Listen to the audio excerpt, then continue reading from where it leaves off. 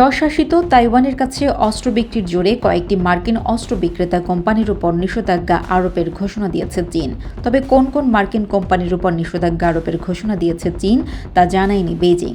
তাইওয়ানকে নিজেদের অংশ বলে দাবি করে আসছে চীন। এই অঞ্চলকে নিজেদের সঙ্গে যুক্ত করতে প্রয়োজনে শক্তি প্রয়োগ করতেও আপত্তি নেই তাদের। তবে তাইওয়ানের প্রতি অকুণ্ঠ সমর্থন নিয়ে যাচ্ছে যুক্তরাষ্ট্র। অস্ত্র বিক্রি থেকে শুরু করে সামরিক প্রশিক্ষণ কোনো কিছুই বাদ দিচ্ছে না ওয়াশিংটন। যুক্তরাষ্ট্রের কাছ থেকে F-16 যুদ্ধবিমান, আব্রামস ট্যাঙ্ক ও বিভিন্ন পাল্লার মিসাইল পাওয়ার কথা রয়েছে তাইওয়ানের। বছরের পর বছর তাইওয়ানকে যুক্তরাষ্ট্রের এমন সমর্থনে ক্ষুব্ধ রয়েছে বেইজিং। তাইওয়ান শুধু যুক্তরাষ্ট্রের কাছ থেকে অস্ত্রই কিনছে না, নিজেদের অস্ত্রশিল্পকেও পুনরুজ্জীবিত করার চেষ্টা চালাচ্ছে। দেশটির পুরুষদের জন্য মিলিটারি সার্ভিস 1 বছরের জন্য বাধ্যতামূলক করা হয়েছে। তাইওয়ানকে সহযোগিতা না করতে চীন মার্কিন কোম্পানিগুলোর প্রতি আহ্বান জানালেও তাতে কান দেয়নি তারা।